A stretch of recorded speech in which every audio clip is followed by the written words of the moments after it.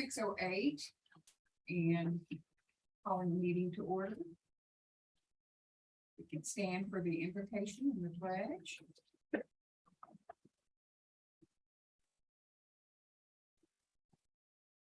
Our Father in heaven, we're so thankful to be here. We're thankful that we could meet as an economic development corporation. And we might be able to meet some of the needs of our businesses in the area. And we might be able to have our eyes open to the things that are possible here. Help us that our minds and ears and hearts may be open as we listen to our speaker tonight, Mr. Dunlap, that he may help us in figuring out the things that would help our city. Father, just be with us and keep our hearts open to our citizens. And we say this in the name of Jesus Christ. Amen. Allegiance to the flag of the United States of America and to the republic for which it stands, one nation under God, indivisible, with liberty and justice for all.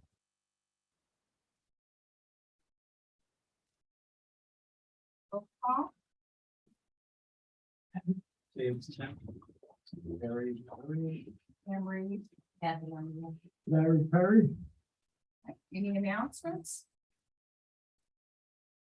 Have any announcements? Oh, can we talk from the, I guess it's okay for me to say these two things, on October the 15th, which is a Saturday, the, Tawakoni area public library is having their yard sale from 8 to 2. It's an annual event and everybody kind of looks forward to that. So that's coming up. And then again on Sunday, October 30th is, the Halloween truck or treat in the city park. And that is from 3 to 5. And I don't know a lot of specifics about it, but I know there's been some posts shared out on Facebook. They can give you some more details. I also want to mention the Tawakoni Civic Club bake sale. Mhm. It's on the 15th also. And that's from 8 till 1, 8 till 1 At Greenwood sign. at Bremen's. Yeah. Market, I was like that. And Market at the Lake is on Saturday. So we want to try to see- Oh, that's, Bill just said something. I think that's the 15th too, is to keep West Walking Beautiful clean up. Is it? I think, Okay. I think. online. Thank Yeah, you, I think- Bill. Clean up, 15. Do I have any citizens input related to the agenda?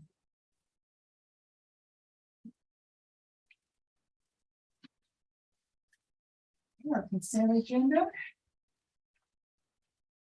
Items A through C. I'll have time to look at those.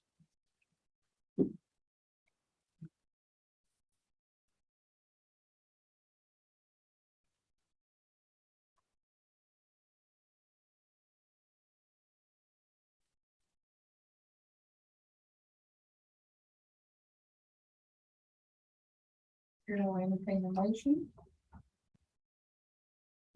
Michael knows. I second the motion. Kathy first and Barry second. And then I want to introduce our speaker, Mr. Dunlap. He's from the Terrell EDC, and he's come to talk to us and help us a little bit with our EDC and give us some good ideas and some plans maybe to help us improve our EDC. So, Mr. Dunlap. Well, thank you. That's an awfully big deal. It's okay if I just grab a seat here. We'll just Absolutely. So probably what would work best would be if you guys have questions that you would like answered, we'll do the best. And then if I don't have the answer, I'll get it and get back to you. But I have a question. One is that, I'm pretty new to EDC. Just want to know what is really the purpose of EDC? How do other people do this? That's really what's in my mind. okay, How do we become successful at this? the best purpose So let me see if I can back up and give you a 2-hour history lesson in about 4 minutes. The state of Texas, most economic development used to be done by chambers of commerce and your utility companies and railroads.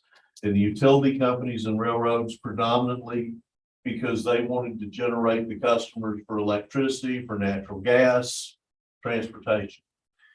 In the late 70s and early 80s, Senator Bill Ratliff of Mount Pleasant in the state Senate, who later became Lieutenant Governor of Texas, wanted a way for places like West Tawakoni, Terrell, Kaufman, Mount Pleasant, smaller entities to compete. And so the Economic Development Act of Texas was passed, which allowed the formation of economic development corporations.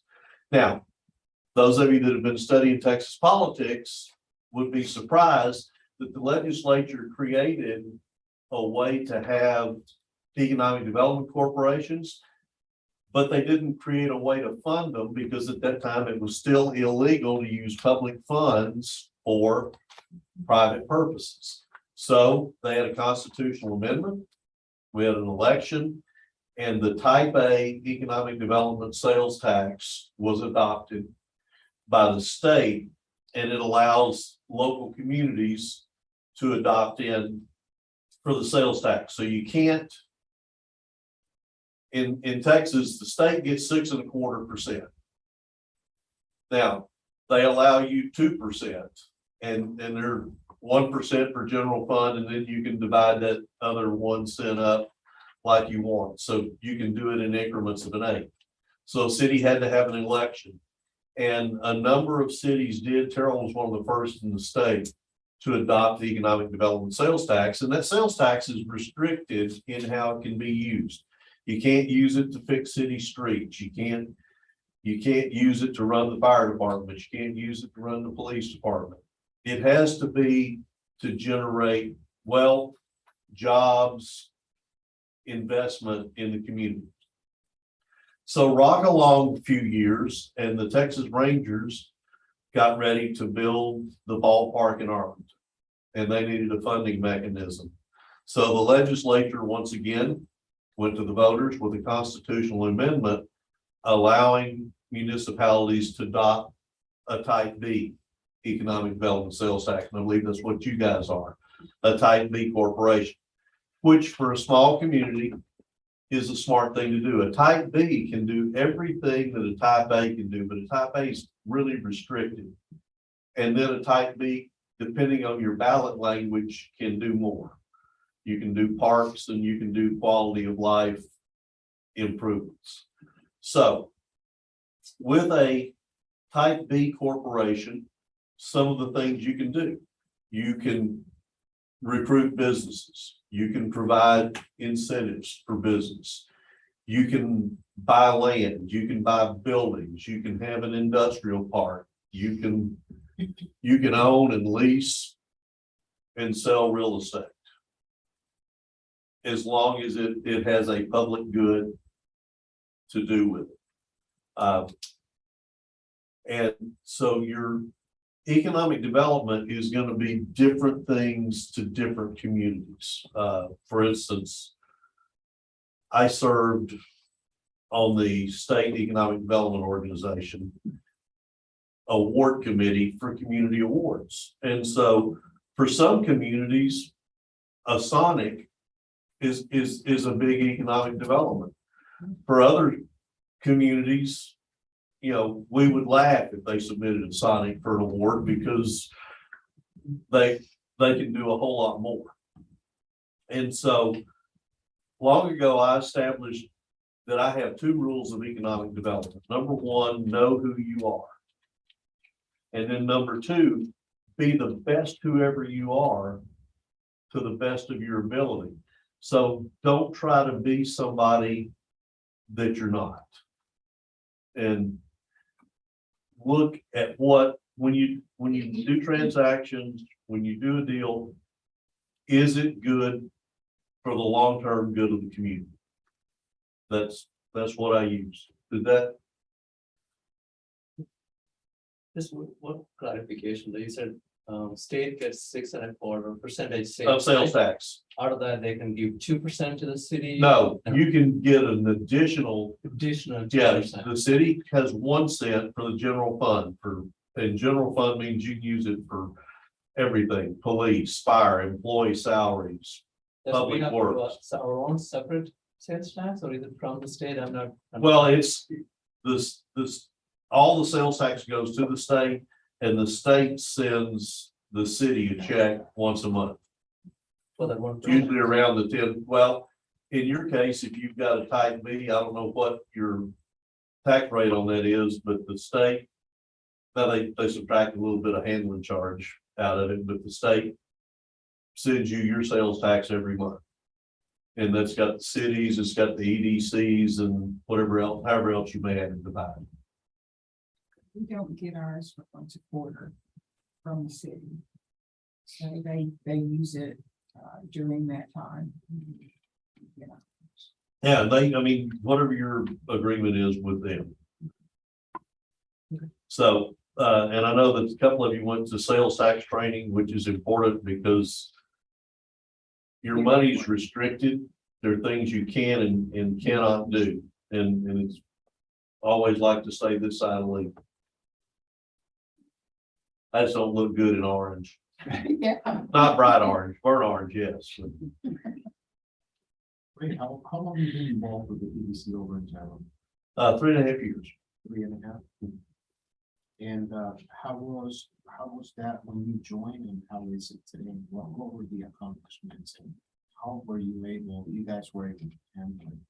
Well, so let me take back, my predecessor was a gentleman named Danny Booth, and Danny was instrumental in the sales tax being adopted. And so Terrell started out, they joked that their first investment as an EDC was an old garbage truck. They really didn't know why they got it but they figured they'd find some use for it. So they had an old garbage truck. Some land became available that the bank had repossessed, and they were able to buy land. And they had no money to put infrastructure in. So it became a piece by piece. First time they toured a company, they had a gravel road in there to show them, and just slowly, piece by piece, they put together an industrial park and then ended up buying more land. And I joke because they were able to buy large parcels of land, and that's got a lot of floodplain. You know, we got a lot of usable land, but some floodplain came with it. So I teased my predecessor, who's retired and lives in town. I said, you know, what kind of deal did you get on that floodplain? You know, because there's nothing you can do with floodplain industrial wise. And so for a number of years, Terrell gave land away because that's what we needed to do to attract people. You know, it goes back to what I said earlier. Know who you are and be the best who you are that you can be. We don't give land away now. You know, we sell our land. You know, that way I'm not competing against the private landowners by giving it away. Do you guys have an industrial park at all? Do you have industrial land? Do you own any buildings? Really nothing. Okay, You know, as an EDC, we have one piece of property right now. and that is, That is across the street. Commercial, three. commercial. It's commercial, about 3 acres. okay, 3.5 acres. you got something, you know, and everybody needs to start with something. Mhm. And here's the thing, you obviously with your revenue, do you have a city person that's dedicated to the EDC? Yeah. Okay. So y'all are on your own. Yeah.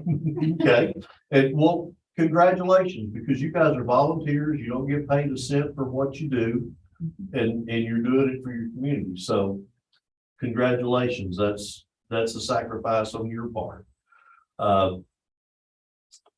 I would caution you that you'll get lots of people that want you to give them the land because they've got the next greatest idea since sliced bread. Or they want to get it they want to get it and resell it. So I'm going to give you a couple of pieces of advice, cost you exactly what you pay for it, but I think they're pretty sound advice.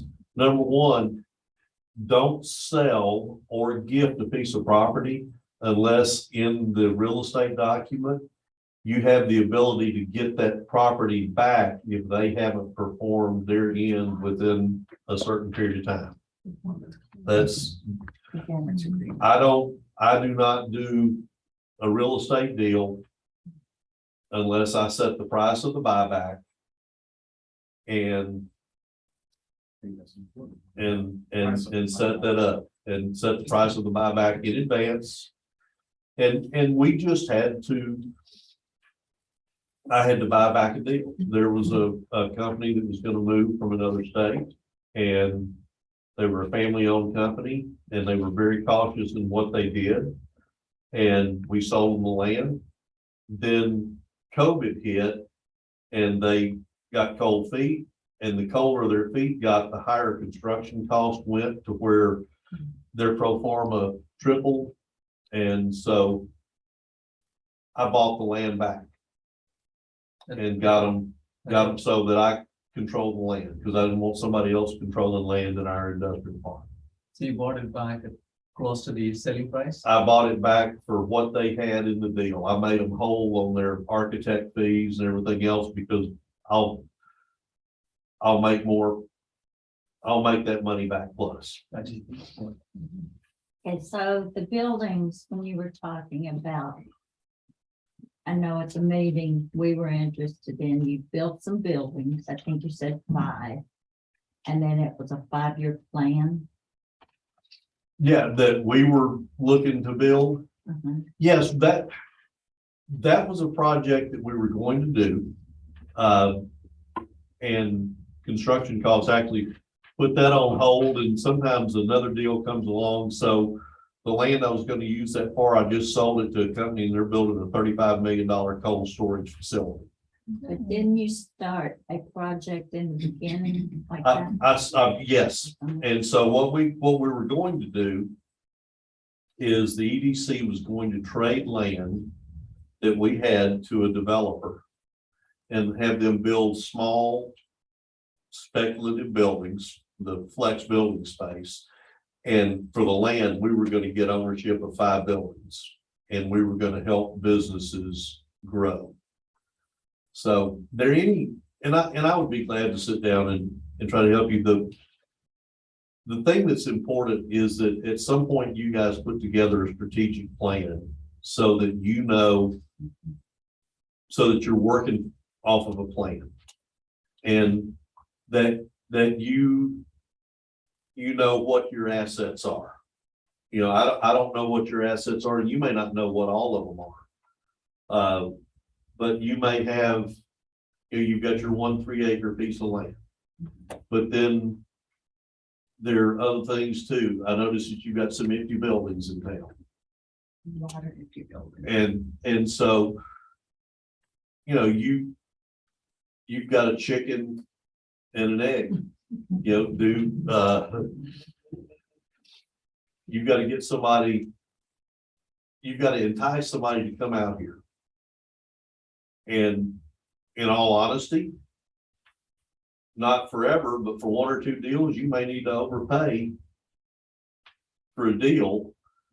You may need to pay more than what one of your competitors would pay. Make something maybe there are things that we would never incentivize that would make sense for you to incentivize. You know, and so like I said, I don't know what all your assets are, but I'd be glad to come back and spend some time with you and look at what you have. You know, what are your empty buildings? What's your land? What do you have? I mean, I can see the lake from the highway. So are there lake related things that you can do? Uh, it's really kind of looking at the market, and the market's weird right now. You know, so Question for you, Ray. How many, if you know, how many square miles does the city of Terrell is? I do not know what we have in square miles. Okay. I know what we've got, that we've got two industrial parks that are probably about 700-800 acres each, and we're about ready to add. Going forward, we're adding private land. We got private landowners. And so we're incentivizing them to help them with their infrastructure. And so we're gonna let them build out the business parks now. And then we will help them recruit the businesses. Okay, probably working out a deal of, like incentive will be like, if they're leasing, a year free or something like that, that kind of a deal. Well, actually, what we're doing is that the EDC is we're gonna borrow $10 million and build a water line. To serve a water line, because the industrial parks, so that's infrastructure that we can do. In fact, last week, we just authorized hiring bond counsel, And your population is? 18,000. Asking how much money they. So when you take a loan for 10 million, let's say, Uh-huh. so you take it from some kind of a bank, right?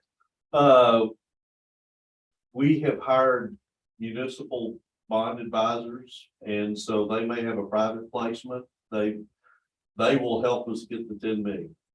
Okay, so there's some kind But of. yes, we're basically going to the market. Yeah, I ran Brighter. So you Yes. have, there's some kind of a guarantee that it will be repaid, Well, we're pledging our sales tax against, sales tax. That- Yeah. but understand, I've got revenues this year of 2.7 million, so There's it's, money there.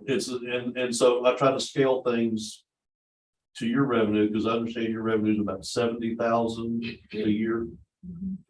So, but that doesn't mean that you cannot do meaningful economic development Something. with what you have. Now, it means that you're a little more selective. It means that you don't spend on the first thing that comes by, and that you vet every deal and make sure that you're dealing with the right people, because I've been doing this a long time, and if folks think there's free money around, they, I mean, I get calls on a regular basis. Hey, I'm thinking about a business, great. You know what? How much money we all give? Nothing. You don't have a proven track record, and you don't bring something that I need. But then maybe in your case, let me give you an example of something you can do. I'm just gonna give you a what as example. So you got the 3 acres over here. So let's say I wanted to open up a business that would generate sales tax. And I could prove to you that it was a moneymaker. Okay. For instance, we gave away a lot to get Buc-ee's, but Buc-ee's does $12 to $14 million a month in sales.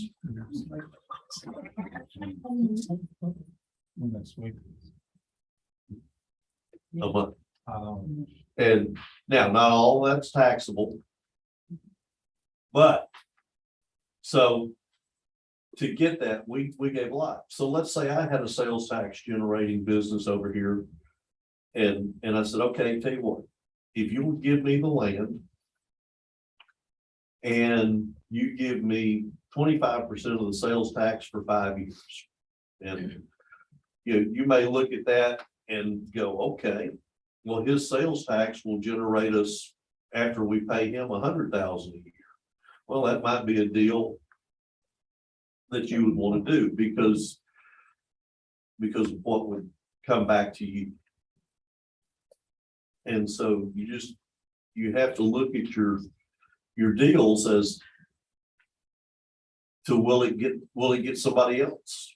You know, there's sometimes that if you get person A, well, all of a sudden you get person B's interest. Yeah, I do. I heard you mention that infrastructure, you use that as an incentive for many of your projects. Could you give us maybe some examples of some incentives that we could offer considering our budgetary constraints? Sure. One of the things I just talked about is that you could do a sales tax sharing. And you can, That's Yeah. like sharing. yes, so in other words, do you guys get a half cent or you get a half cent? Yep. So maybe it's a project that you want and the city wants, so you and the city council say, okay, the city will contribute part of their sales tax in a rebate, and you give part of your sales tax in a rebate. And don't spend any of your money up front, so you're paying it on the back end. Right. I was in Fairview before I was in Terrell. In Fairview, we had a major, probably the last one to ever get built like this in the country. It was probably an 800-acre retail development. And it happened right before the crash of 08. I mean, they got their money right before the crash, or it never would have funded. And so we gave them a percentage of sales tax for 20 years or 25 years. However, the town was guaranteed $1 million a year. So they were getting zero. So you can share sales taxes is one of the best incentives that you can do, where you don't give it all up, but you share. Yeah. I've seen those charts where you've done that, you know, if you do like a 25-year and you start out the first year, you know, you're giving them a hefty percentage of their sales tax, the city's forgiving it or rebating it.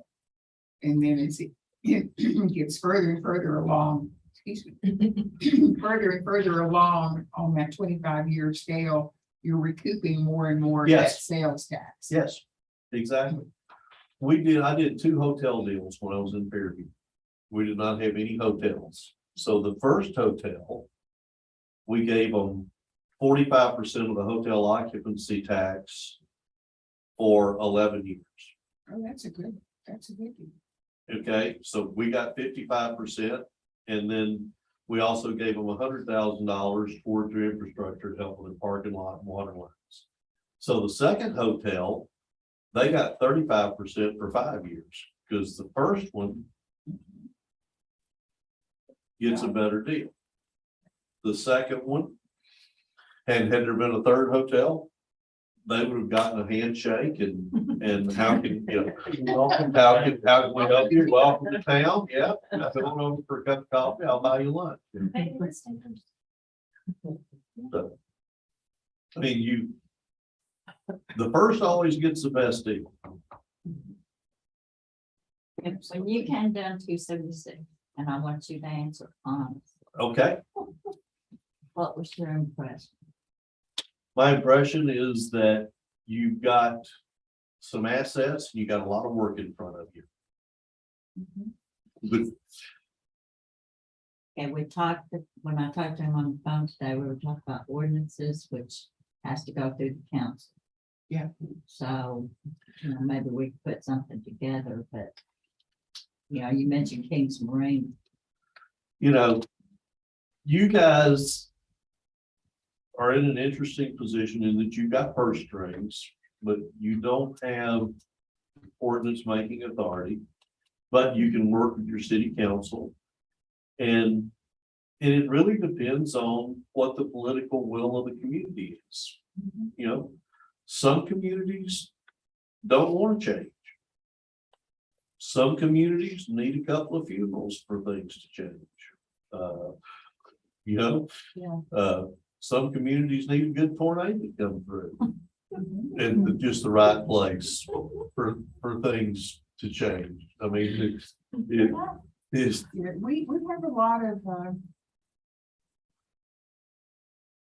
of backlash for wanting change okay, in our community, a lot. Some people just can't see where change would be a good thing in our community. And we have a lot of good old way system in our community. And everybody wants a grocery. And everybody wants I a can grocery agree. store. and everybody wants a grocery store, but let me just be brutally honest with you. If you don't have rooftops, you're not gonna get a grocery store. That's right. I Because- was told 250 rooftops whenever I investigated getting a grocery store. Oh, that would be low to me. Is that low? That would be low, is, you know, and because that grocery store's gotta be sustained. Mhm. Now, growth will eventually get here. I don't know when it's gonna get here. It's just now getting to Terrell. And I hear some stuff, and, well, we've heard growth's coming for 15 or 20 years, but it's here because we've got, about 3,000 housing units that are in the works right now. And I can see that it's coming this way. Just because we've had like 80 lots that have sold for houses recently in one neighborhood. And we've had about 60 lots for sale in another neighborhood. So I can see the things beginning to come here. And see, those things, once you start to get houses, and so right now we're talking more about retail. Here are a couple of things you have to your advantage right now. I haven't researched land prices, but just off the top of my head, I figure that you're still selling land by the acre here, not by the foot. Is In that, some places. is that accurate? Mo? They taxed it, Yes. motherfucker. I understand that, and so land compared to. So I'll give you an example.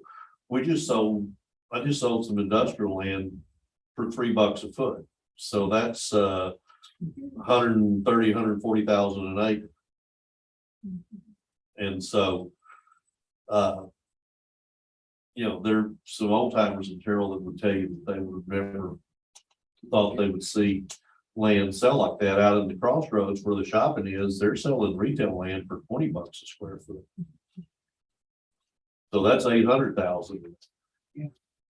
And so right now your land prices are lower, and so you're going to be attractive to home builders. So let me give you a really good example, not too far away. 10 years ago, Princeton was nothing. Mhm. I mean, it sat on 380. But they had cheap land. I mean, they had 2 or 3 little retail stores, and now they're a 5A high school.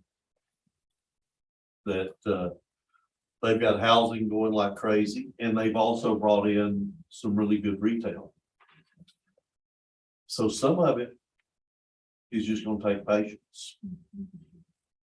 That happened in Fairview and Lovejoy too. Yes. Exactly, same thing. Yes, I used to work in Fairview, and Fairview kept theirs to, well, half of Fairview's in McKinney School District and half's in Lovejoy. And most of the Lovejoy side are 1 acre lots because you can have septic.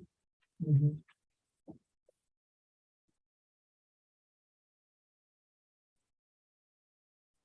In your opinion, Briggs, and I know the answer. How important is the communication between P and Z, EDC, and the city council? Communication is paramount. So let let me bore you with what our success is in Terrell. And that is that tomorrow morning at 7:30, as most out of the 52 Tuesdays in a year, we don't miss meetings. But we have an invitation only meeting that doesn't have an agenda. And the base group of the meeting is the mayor, the city manager, the chamber president, my board chair, myself as president of the EDC, the school superintendent, our local utility companies, a couple of key business leaders in town, the county commissioner, the county judge.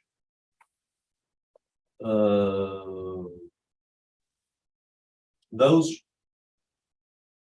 are the key regular attendance. And we have, as the chamber president says, we have average coffee and Shipley donuts. Okay. And so we don't have an agenda and we just communicate. Sometimes the police chief and fire chief usually come. Sometimes it is the police chief telling a story, and I'll lighten up past you one. A couple of years ago when Dallas's DA got elected, he said he wasn't going to prosecute anybody that stole $750 or less. So a guy came to the Terrell Walmart, loaded up his basket with about $400 worth of stuff. He went out the front door and the police got him. He said, "Wait a minute, that's not $750. And they said, "Hey, you're not in Dallas County either. You're in Kaufman County." We don't do that. So we have the police chief there to give us some lighthearted criminal stories. But what we do in the meeting is that we just communicate. We just talk and get to know each other as people. And so when our new school superintendent was first here during the pandemic, the kids that first year of COVID, their senior year got wiped out, no senior parties, no senior parade. And she and the mayor and I were talking and she said, "Well, I wish we'd have a parade." And the mayor said, "No problem. Go call the city manager and tell him what you need." And so she's like, "Wow, I'm not used to that kind of cooperation." We cooperate with each other, we communicate, and we try not to get siloed and just looking at our own little area. We try to think what is good for the overall community. It's the three-legged stool. Yes, Concept. yes, yes, Stool is imbalanced. All three parts are not equally yes. represented in part. And if you add the police chief and the fire department, it's four legs. Yeah, I mean, it's probably a 5, 6, 7 legged stool. But your point is extremely valid in that we communicate with each other. And we try to figure out what's good. Sometimes the best 5 minutes I grab is to get the city manager after the meeting and say, "Hey, I've got this issue here, how can we work through it?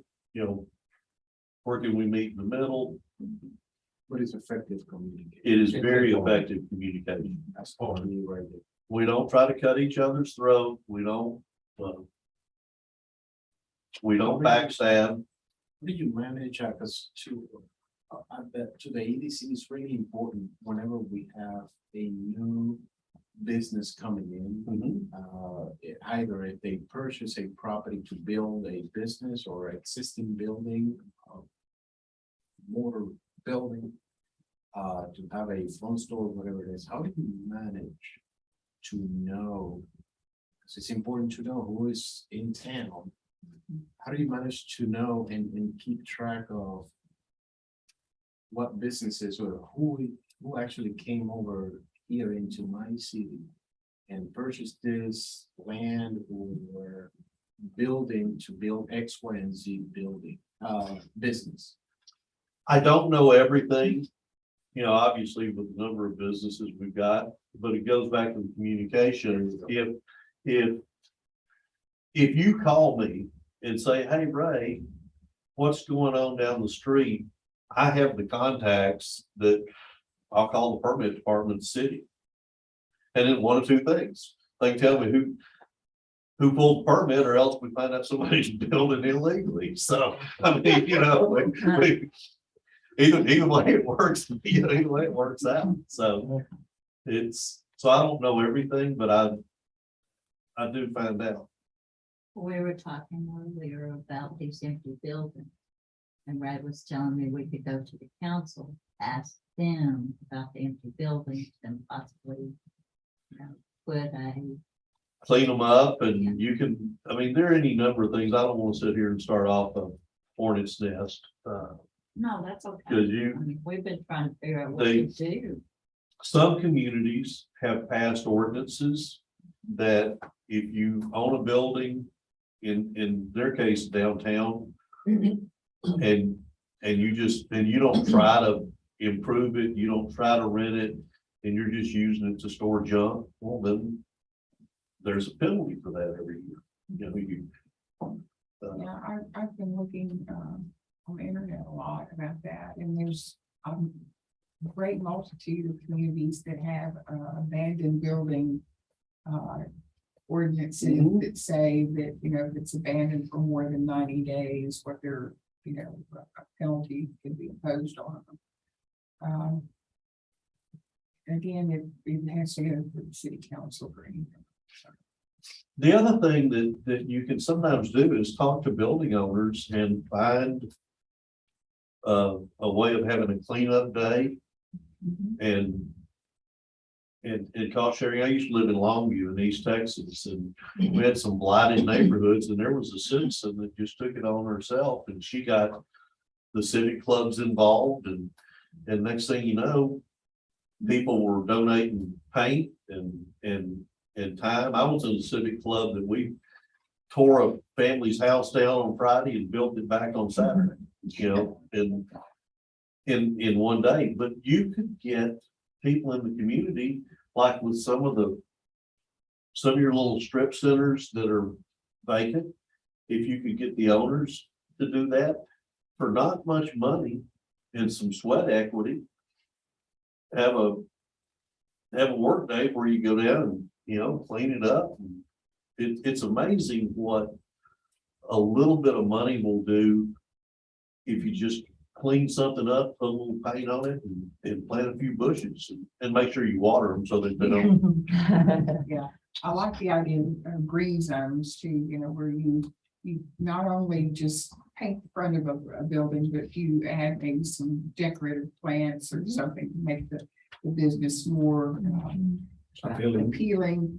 Or I know Bill had a really good idea a while back about getting some of the youth at the school involved, maybe to come and help with maybe a Sure. mural or something, you know, for some of these buildings. Absolutely. Well, I also had a thought, but he was just talking, and brought it up.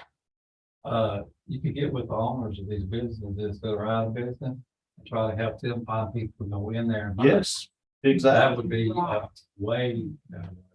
Yeah. Yes. yeah, It would. And if you do that, then as a business incentive, you can help spend a few dollars sprucing up the outside. That's right. To make them, I saw something in South Carolina several years ago, and I kind of looked at, I can't remember a whole lot about the details of it. But they did a project called This Building Has Potential. And they just put a little sign in front of in front of the business with a phone number on there to their EDC that you could call, and they could put you in touch with the owners or what have you. And so when people would drive down the street and see an abandoned building, they know, you know, well, it's available, you know, it's not just sitting here. And you'd be surprised how many businesses filled up. Because just of that little small project, there's just those little signs on the property. I love Yes, that idea. that's- Great. yeah, Mhm. I mean, Mhm. here's what it's kind of obvious just in the time that's in here is that the people in this room care about your community. And that you understand reality, and then how do we change reality? Mhm. And you just, it goes back to the old story, how do you eat an elephant? One bite at a time, you know?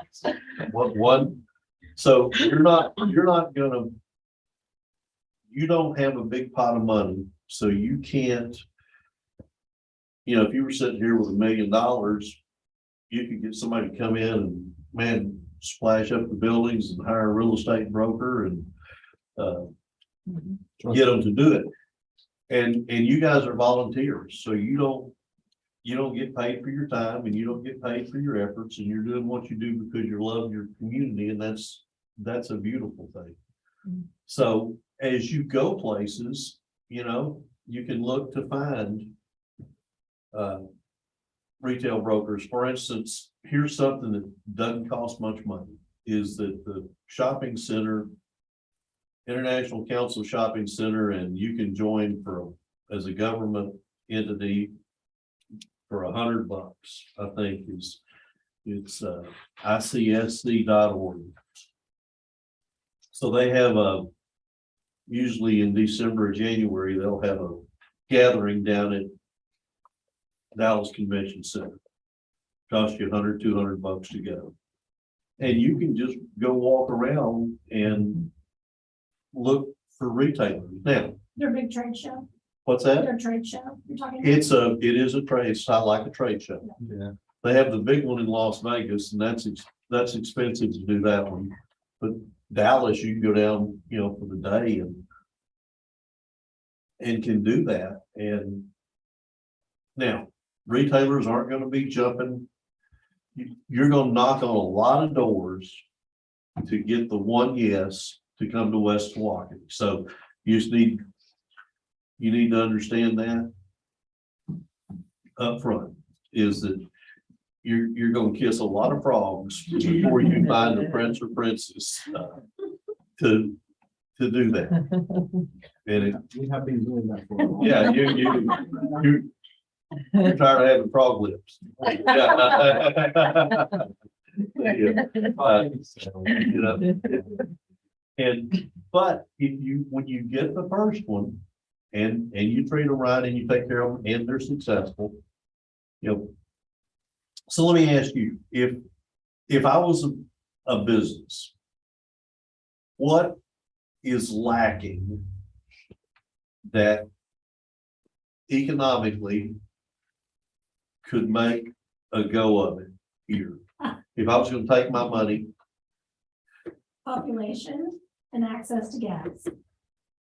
No, he's wanting to I know. don't know if I was in, What what kind of business would succeed in this town? No business would succeed without population and. Well, some post without gas. office, Well, we could get, you know, even one of them to come in that the mailing was, rather than. so does the lake, Have a post office. does the lake And you can generate, We used to have a post office here. The lake It is. was at March Road. does it generate? Can you notice a bump in traffic from, say, March or April until September or October from the lake? For Sure. fishing season catfishing, yes. So we're a tourist, we're a Okay, destination. for Okay. Tourism for fishing. so then I would start to look at what do you not have? What, Cafe. a cafe? We don't have a breakfast cafe here. And you know, For the kids too, a lot of people say they want some kind of. venue. Hotels to your place to stay. Yeah, but a hotel's very expensive and it would take a lot to get them to move in. you know, it depends if you find somebody that's, yeah, hotels are a little tricky. Yeah. Hotels are tricky, but to me, because I travel, I have been blessed to travel, and I love to travel, and I love to go to small towns. And I've seen some towns that have an asset like this, that they capitalize on the asset. Okay, so think about this. Are y'all familiar with Ham's Beach Orchard? Oh, I love hams. Oh, yes. Okay, Ham's makes their money from May until August. Yeah. They pay all those employees, they run the store, and 2 or 3 families live off that. And they're open for business from May, not even Memorial Day to Labor Day, like middle of August. You know, they were closing when school started. So you can look for something that would be lake related. That would generate money. You know, because I'm a native Texan. There are only a handful of hardy souls that go to the lake from October to March.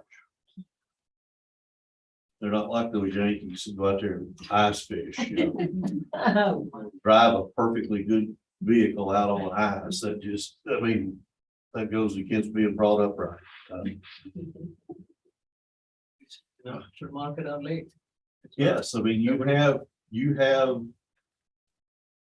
a lake to do, and it, you know, it takes one, and then Pretty good one too, you know, it's pretty the big. it's second one, but the big thing is that you guys are on the same page.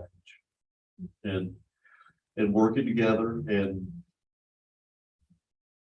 communicating. And agreeing on the vision. Yes, yes. The first, you really need a vision and a strategic plan. You don't need a big fancy strategic plan, but you need To create that roadmap. you need to create a roadmap that says, this is what we have. This is what our assets are. And then this is how we can improve it. And you can use EDC funds for strategic planning. Yes, yes. Because we were told years ago that we could not. Well, somebody lied. Yeah, they did. Because we had someone that came and did a wonderful presentation. To do, he called it a comprehensive plan. Yes. And we took it to the city and we were told that we could not use that money for that, but I guess maybe some laws or something.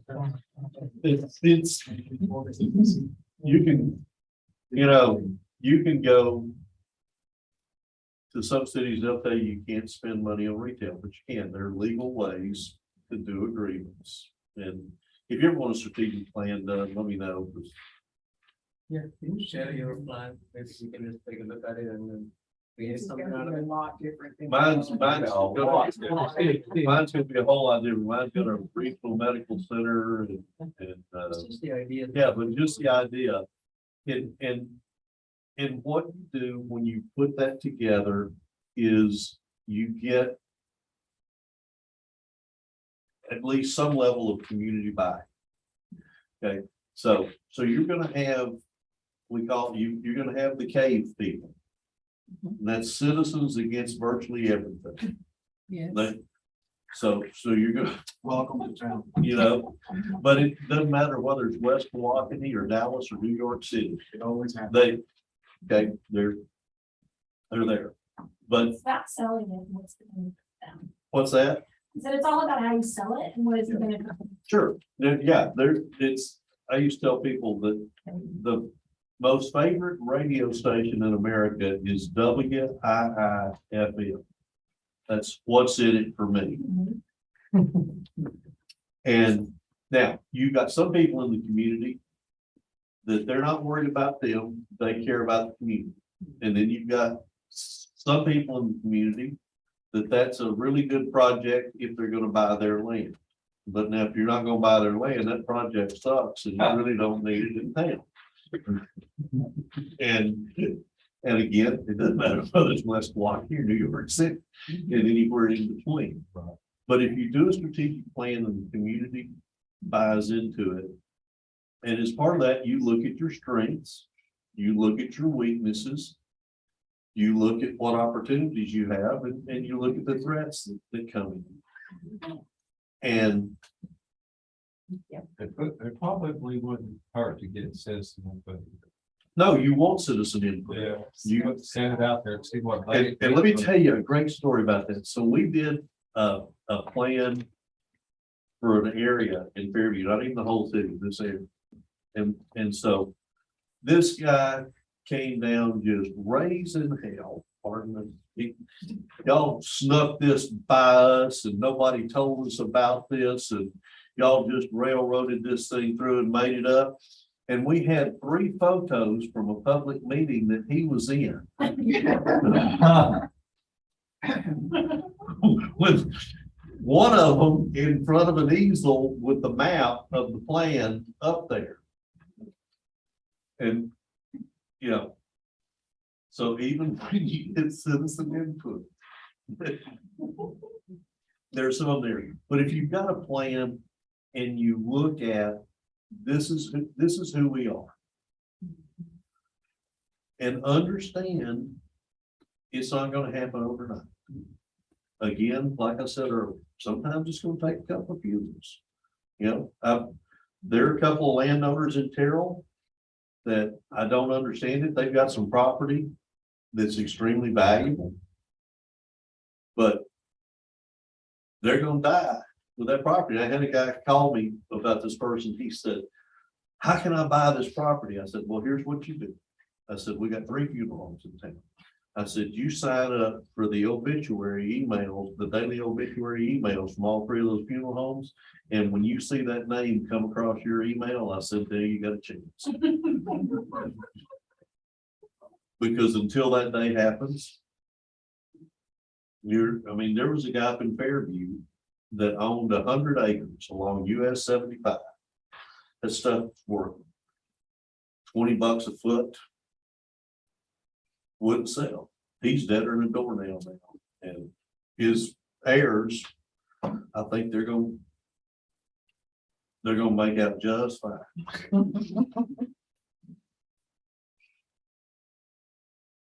I've talked too much, but anyway. Great. I got one more question. Sure. What are the strategies you would use to attract young families to move into a city? Well, we're trying to solve, You want to change the demographics, you know what I'm saying, right? we're working on that in Terrell Lake.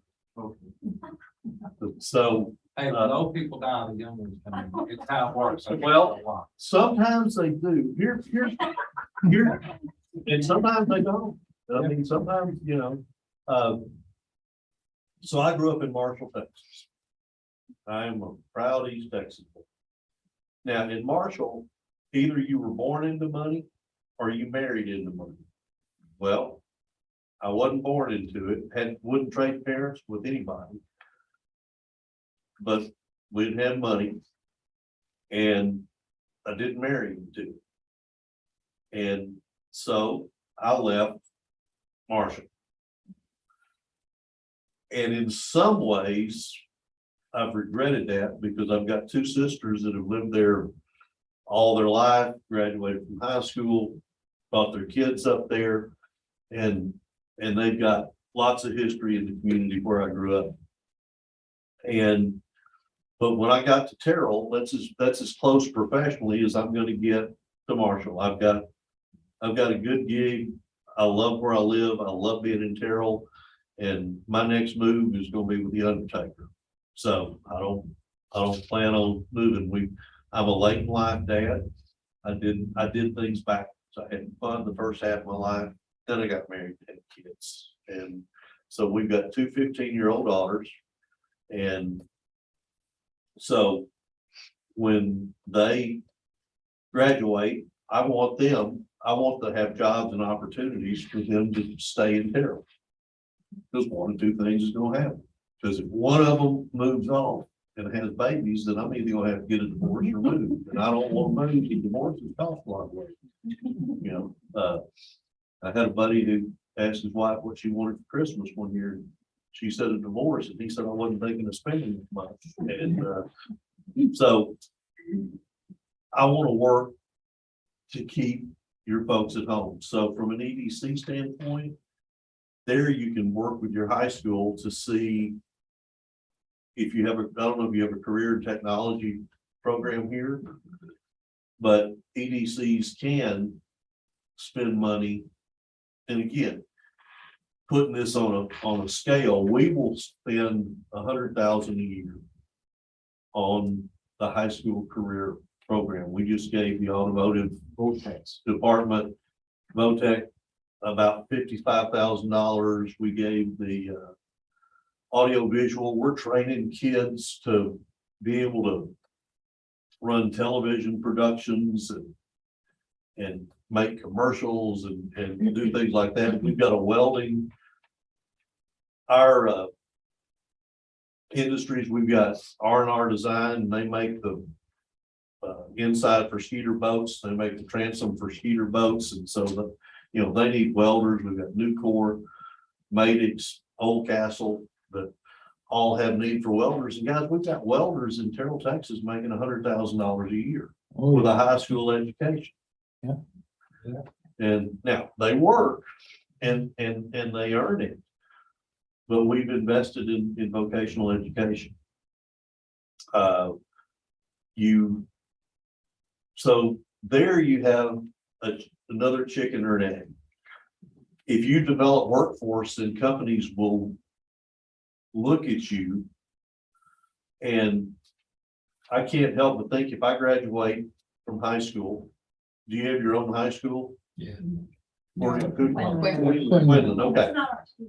Okay, but so if I graduate from Quinlan High School and want to live here, I'm thinking I can get a piece of land and a house that's reasonably affordable so that you can have workforce, and you will get some companies that will look at you. And in fact, I'll be happy if I've got people that I can accommodate to send them your way. We'd love that. That'd be awesome. Would you vet them real good first? What's that? Vet them real good? I gotta leave some fun for you, you know. Well, he does have Jamie Foxx, so Yeah. that helps a little bit. Chuck Norris. How long did it take, in the planning to procure all the businesses that you have there now, their new retail business that you have there off of 30? That is a story of, if you build it, they will come. Long before that happens, so again, I'll try to take a long story and make it short. That piece of land was out in the middle of nowhere, but when they built 20, see, because I'm old enough, I remember when 20 ran through Terrell, and you couldn't get anything to drink from the Gregg County line till you got to Boo's liquor store in Terrell. It was dry. And when you're 18, you might need that beer going to a Ranger game. But so Terrell, when they built 20, they created a beautiful triangle of land where they created the spur to come in, 20 goes in. So the city went out and they annexed the land back when you could annex, before the legislature gutted your ability to do that. Then they put in a tax increment reinvestment zone. So it was already in place. They got the county to participate. And so what they created were some financing instruments where you can pay the deal on the back end. So they had the land out there, and then Bruce Wood, I don't know, some of you may know Bruce, he's my current board chair. Bruce has been school superintendent, he was county judge of Kaufman County. And so when he was county judge of Kaufman County, he was going down Interstate 45 and stopped at Buc-ee's in Madisonville. And Bruce is kind of a make it happen guy. And so he went and asked the lady to see the manager. And then he asked the manager who owned it. And he worked his way until he got to our chaplain in the Beaver in Buc-ee's and said, "Hey, I'm the county judge in Kaufman County, and we sure would like to have one of these somewhere in Kaufman County." And Beaver said, no elected official has ever reached out to me before. It's always been, an economic developer, real estate broker, somebody.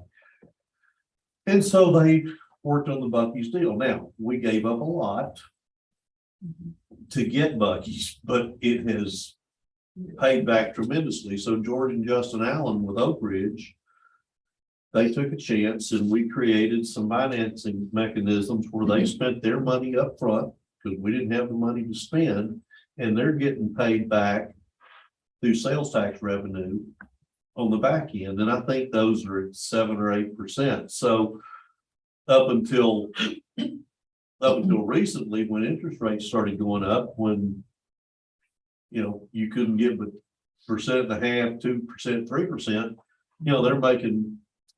they're making money on their investment back. Well, we weren't out the money because we're paying them from sales tax revenue that they're generating.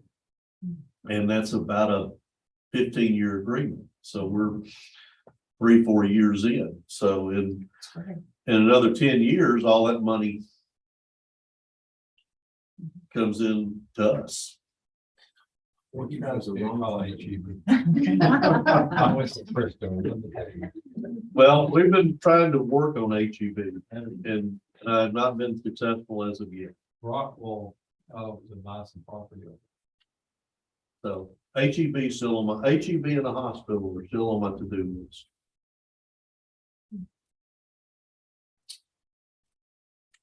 Guys, That was great information. Thank you so much for coming, Ray. This has been You're really, welcome. really nice. I like to see folks succeed, and I understand that you guys are volunteers. And you don't have a paid staffer, and so, Thank you, Ray. Thank you. it's, you're trying to do it, so if I can help, let me know. I do. I actually brought some cards. Going great, we can come to the chat. I've actually. He's so inspirational. I know, And we around the golf course, we play golf at. Well, you see, I am still working on my wife. I mean, I make the money, but she's got the checkbook, and so I want a boat. And in fact, last year, 2 years ago, some said about getting a bigger vehicle because our kids had friends going to church with them, and so I went and got a Ford Explorer. And then after a year, the used market vehicle, the dealer called me and said, "Hey, we can upgrade you for less money than you're paying now." I said, "Okay." So I told my wife, I said, "I'm gonna trade." Well, 2 or 3, 4 days, she said, "Well, where's your new vehicle?" I said, she said, "How come it's not here yet?" I said, "They're missing a part." She said, "For what?" I said, "The trailer hitch." She said, "What trailer hitch?" And so anyway, my eye is on getting a boat, and this is the closest place. So We have a lake here for you. that's it. I would love to come spend some money. And I do welding. You do welding? All right. That's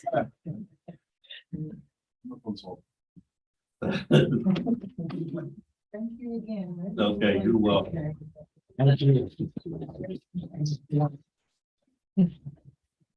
Okay, so, next on our agenda is just to discuss and take any action on anything that the speaker said. Anybody have any comments they'd like to make? I do. I don't know, I have a lot of work to do. Yes, could you hear? I think, what we share is similar to these. Thinking about something that's gonna help us, and then streamline and set our goals and plan and all of that. That way, we want to be in the driver's seat, and buying that land would put us there. That's my opinion. This a lot of the stuff that ways it has to do with us being in control of the land so we can develop. And we can select whether, what kind of businesses we bring in, whether it is, what kind of industry. we bring in. Just cheap rates. One through the residential leases and then also the tax. Then being a small city with so many little assets and space to run, I think that could be buying that. They also enjoy what he said about the citywide cleanup campaign. I think we can come up with something and creative as an incentive, because look at this people that they have buildings, they probably don't think because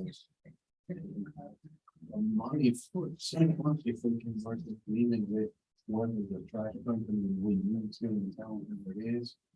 And offer them, hey, we'll do this weekend, we'll do the cleanup campaign, whatever it is, and we want to help with the whatever trash management company we use, we say, hey, can you help us in something like this? That maybe engage those property owners to clean up, because now it's only costing them labor and not transportation for it, with recycling or whatever. So I think that's could be a great idea. I might have a How question. about the annexation? Annexation. Yeah, you got your property line set way back now. How about the lumber company, the new lumber company, it's their new name anyway? They should be within the city limits now, and then all the houses and stuff like that. So I've been thinking of going to see each one of them, bringing an application to annex them into the city. Because we have the annexation that far up. That would be one of my first things that I would think we need to do is try to talk to him about the annexation. The first one thing that they are going to ask, what's in it for me? They're ready. You have to come up with something. They're ready. Well, they're gonna have cheaper water rates, number one, they're gonna have cheaper sewer rates, trash rates, and they're gonna get a discount on their insurance because now they're in the city. Now, You're gonna have an influx of people that wants better roads. that's what. That's good. To Yeah, put some of that. in Better roads. this is what's for you, these are your benefits. That's the one they're all of. And so it's another strategy.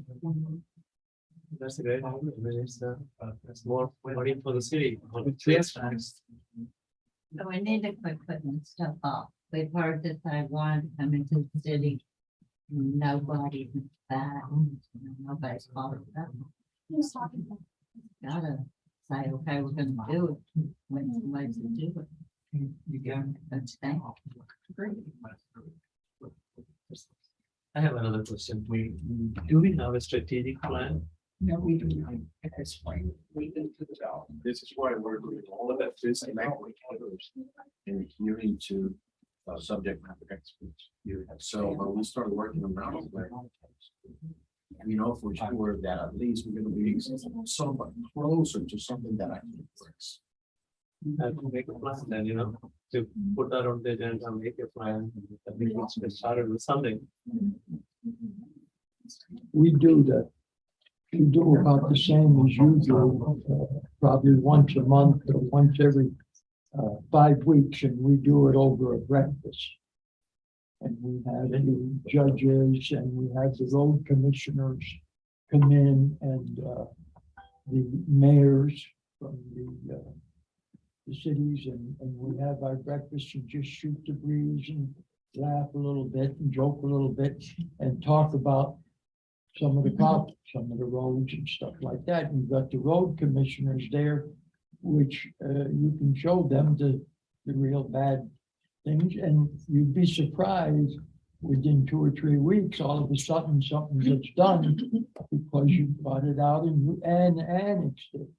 And to me, that's one of the the most important breakfasts that anybody can put together, but we do the same thing. Good. Very well. What are you talking about? If you do it so that we're clear here? We different restaurants, but, we do it up in Terrell.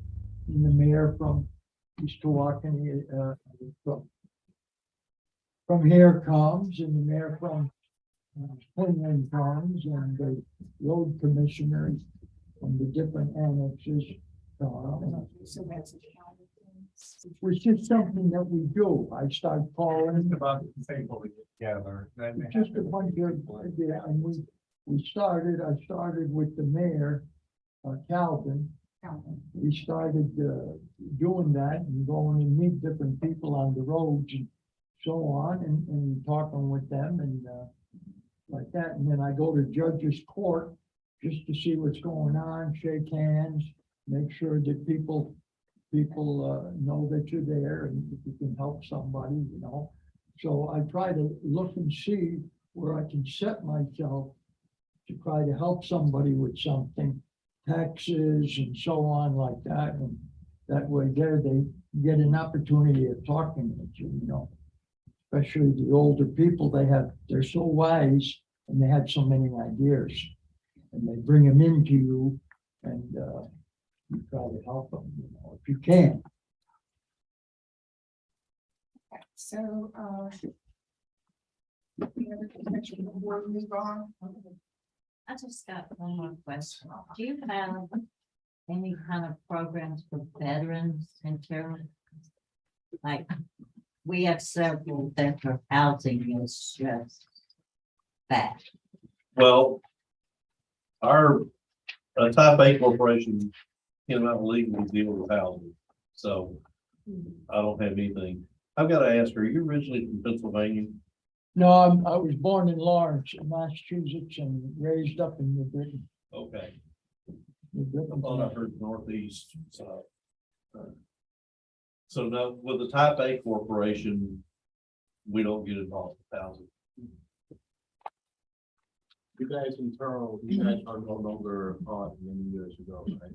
Or what? HUD zone. HUD, no, we do have a housing authority, and that is a good thing because I've come to find out if you don't have a housing authority, then other people that do can put their housing vouchers in your community. But if you do have a housing authority, they can't do that. So I'll give you an example. Horny didn't have a housing authority. And so Garland and Mesquite, they can put their Section 8 house, their Section 8 people in Horny, but you can't put them in Terrell. It's important. Okay, so we're gonna go ahead and move on to our executive session. What, you want us to just get that so y'all can show in here? We can do that, so you want to get up and leave. Thank you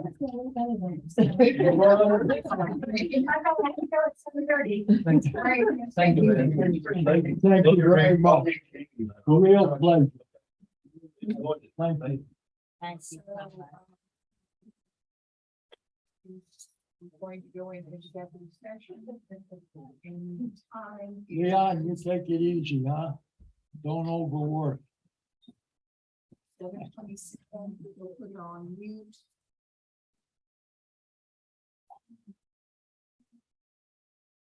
It's just paused. Didn't want to scare you. And we are just gonna stay in here because it's something that he's gonna talk to us. That's pretty good. I've got copies for everybody already, so you don't have to worry.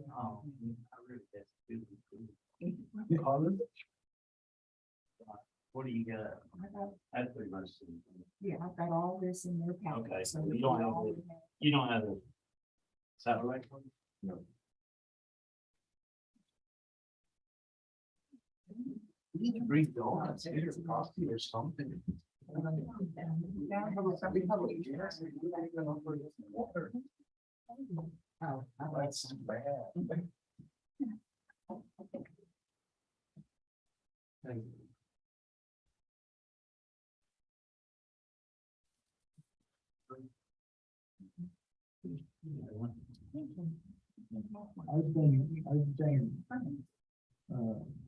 I've been trying to, I need this. Sorry. We good? So, Leon has brought before us that the property that's right in front of the park is up for sale. That's the big size tax and bookkeeping that property. No, it's next door to it. it's right on the side of the driveway, on the side of the driveway of the park. Here.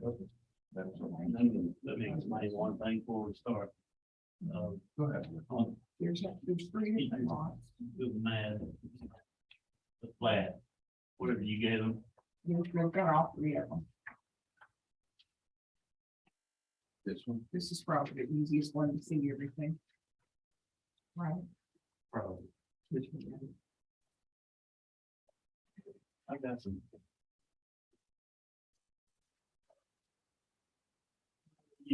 I made it anyway. You just want to give us a bit. I swear, I didn't want to have it color. These are better. These are better.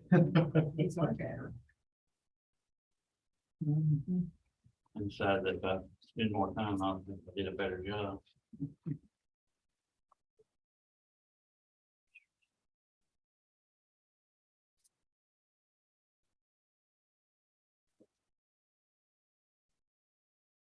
Okay.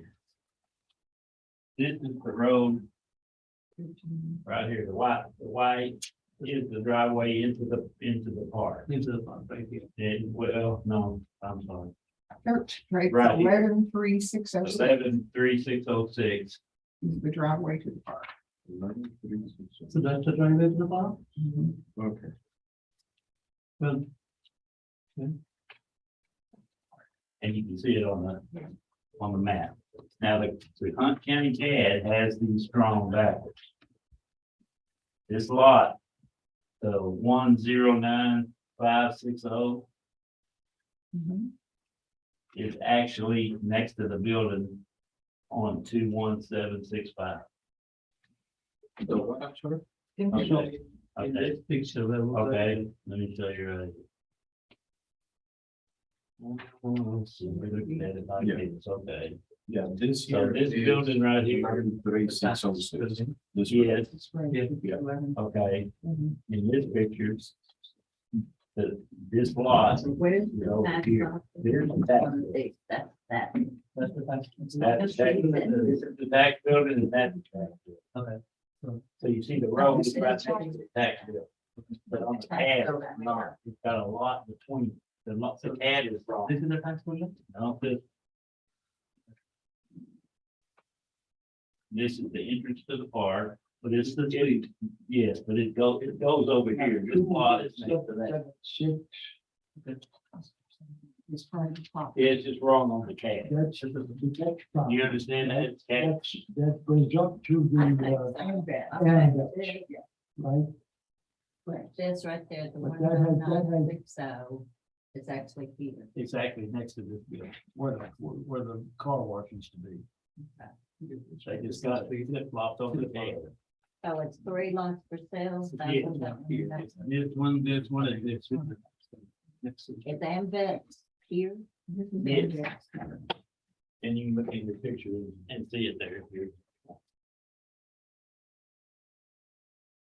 So what we've got is a great opportunity, I think, for the city.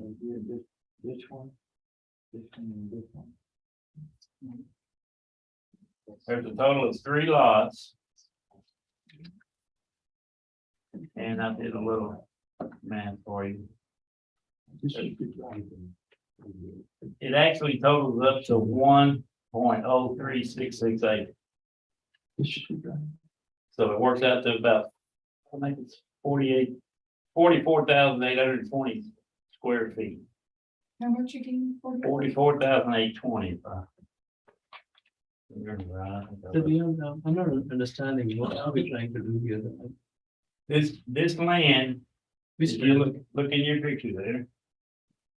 This land right here is from right here all the way over here. I see, okay. And it's the whole front of our park.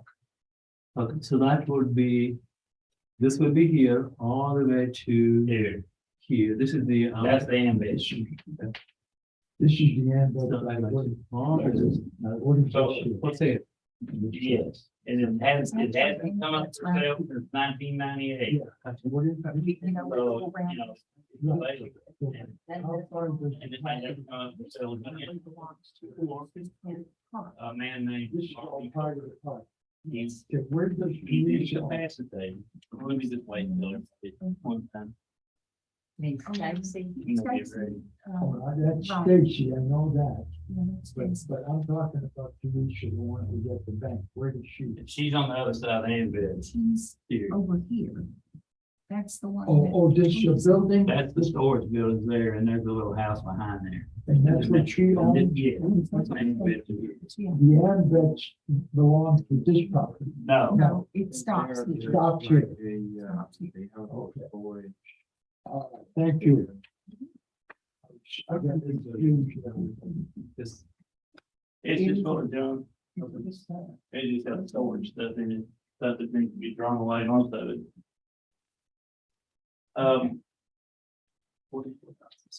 So taking Google Maps and just doing some measurements with it, I come up with a little over, it could be more than I'm thinking, but just road frontage. I know it's over 300 feet across there. That would open up the whole front of our park. Right, And the nice thing about this is, I mean, you can dream all day long, and if you don't dream, you know, nothing's ever gonna happen. It's just a wonderful opportunity for us. If we could purchase this property. And the good thing about it is, even if we don't do anything with it for several years, I mean, we can do what we can afford to do now if we come up with an idea. But if we have to let it sit there, all we gotta do is mow it. We don't have to pay taxes on it. Maintain it. The only thing we're gonna lose is any taxes that we're collecting now, which are not much. well, what is Coker owns the whole, Bobby Coker, he owns it. He's incapacitated. yeah, He's a ward of the state. right, So a judge has to okay anything we do. okay, And in our favor is that they're not having any interest in it. It's not real deep. It's maybe 100 foot deep right. in places. But it's 1.0366 acres. And I mean, you can envision I could envision a big nice city hall sitting there on that hill with windows all out the back. We could be looking out of this building right here, looking at the lake. We're Yeah. not talking about today. We're No, talking about no, later this is on. down the road. I got you, I'm with you, And, Okay. and even in what this gentleman said earlier, you know, you got a plan for the future. And I'm thinking that, you know, down the road somewhere, and somebody's gonna say, man, I'm glad those people on those boards had the foresight to buy this piece of property. Yep. And eventually, as time goes on, you know, an Amvets building's been there since the 60s. And all that has, you know, and as the town grows and we get more money, we might can buy these other properties. And if you look to the right of those storage buildings. Right there, where the trees are, we already own 2.5 acres right there. now you go all the way down, The city all the way, owns 2.5 acres. you go all the way down to our road, Yeah, okay, so this part, right? You want. the city owns these trees here. Okay. Actually, all of this is part of our city. And, you know, this all belongs to the SRA. The road actually belongs to. But this is all SRA land, but we do own 2.5 acres here. Here, but this is all as right? And I say we, I'm talking about the city. This All. is all as right? That's all SRA. And that's the memorial and that's the pavilion right there behind this little building. Gotcha. And that building is But you have a connection from here to this. Or connecting land.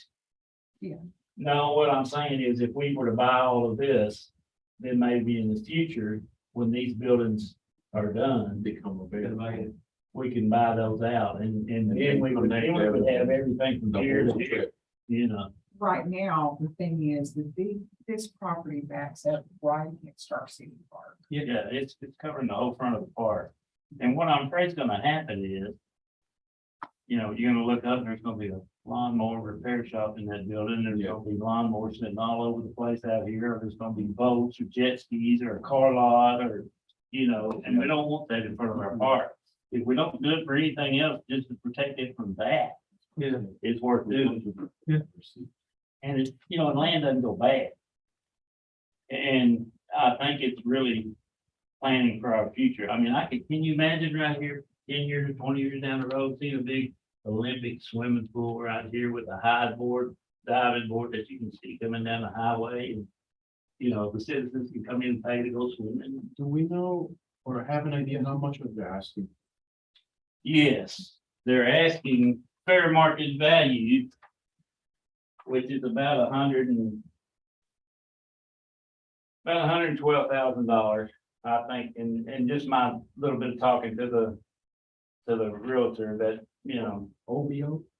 I'll, OBO OBO, or best offer? well, we're not gonna offer them that. That's what I'm saying, is they don't have anybody that's really, the Ambets, I think, offered them $30,000 for it, you know. Of course, they don't have any money, I don't think they have that. And so my theory is, and the judge is wanting fair market value because he's trying to protect the estate from any hanky panky, you know, from the son, you know, selling it to one of his buddies for half price or something like that, you know. He wants the state to get all the money because he is a ward of the state. But and this is my way of thinking, this judge is gonna look at it and say, well, the city wants it, so I'm pretty sure there's no hanky panky going on there, you know, the city's gonna end up with it. It's not an individual. How can we prove that $120,000 is the fair market value of that as is? Well, they're just going by what the fair market it's in on all those pages I gave you. Each lot has a fair market value on it. What the county has appraised it at, Okay, fair market value. Where is it in this? It's on each one of those sheets. It adds up to $112,000, and then she said something about $7,000 closing costs or something, but what I'm thinking is we can offer them anything we want. Now, if we gotta offer them something that they're willing to take to the judge.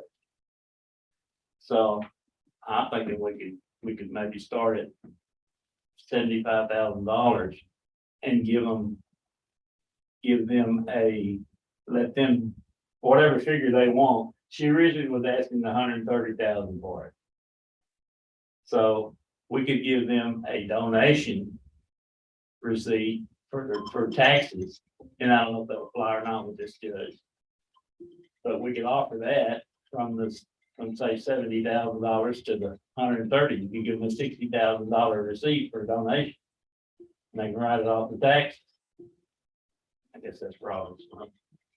So, so when Miss Houston sold her property next to the 2.5 acres we have.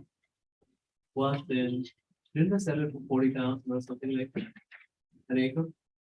Probably. Yeah, so this property adjacent to this, I think it was also like 40,000 an acre. Yeah. I mean, it's really, I think it's a steal myself. I do too. Even at what you're asking. I would say, I wouldn't even hesitate. Even at 120,000, I think that's only. I had it, I may have it on Okay, it. so Leon, do you think we could get it at 75,000? I had no clue. We just had to offer. I think what y'all need to do if you're interested in purchasing it is decide that first. And then decide on a top dollar you're willing to offer for it. Just put just place an offer on it and wait for a counter. If the judge says, you know what, it's okay, I can, give it to the city, but not for that amount of money. That's your counter right there. Right, but what I'm saying is though, in this particular setting here, if y'all come up with say you wanna pay up to $100,000. But we wanna offer them 75 first. You don't have to have another meeting. No, yeah. They can come back and say, we'll take 80 for it, and you can say done. Yeah. Right. I want everybody here to realize too, though, that in doing this, we probably are going to have to take a loan from the bank, but Which I like. which is not a big problem, I don't think at all. I think we can No, we can get that very easily from the EDC with payments coming from us, on a monthly basis. I think that would be very easy to do. And Pam, I'm sorry, the reason why, and I was thinking about it before you say it, because the band will come and appraise the property for us. And it will give us an honest, up to today loan, because if the property appraised $100,000, bank is not gonna lend you 112. No, it's not. So, Well, you'll have to put something down. yeah. I guarantee. I don't think we what can I'm- put money down. what I'm- We don't have a problem with down payment or closing or anything like that. I'm just We're saying. talking about the full piece of property from the driveway over to the end. Yes, Right over here. from the driveway to the. I guarantee you, it's worth a lot more than 112,000. Yeah. See, and I'll even- guarantee you that 100%. and- I know people that's talking about 235, 230, 220 on that corner. Well, I think the more I looked on the CAD and I saw some more that were selling up on the highway there for $3.60 a square foot. Yeah. Now, at 80,000, that's only $2 a square foot. Right. Well, you can't even buy this piece of tile right here for $2 a square foot. And you're getting land in the middle. No, I think, Leon, you're right on it. It's just It something that- was good timing because we got right here, several meetings back, we were talking about, guys, we started thinking about buying back. Because we're running out of real estate, and if we wanna be on the driver's seat, the only way to do it is us owning the land. No, that's Yeah, not. we don't have any plan. Completely in agreement. No, Yeah. and the other thing is that, somewhere down the road, it's just, I already pitched this to the city council and they all love it. But it's just real bad timing for the city council. We just did our budget, we don't have the money to come up with to do it. And Y'all are still on Zoom.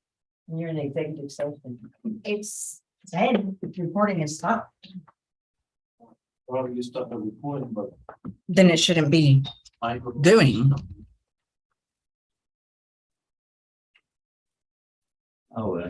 we've done. So Leon, I think it's. I mean, y'all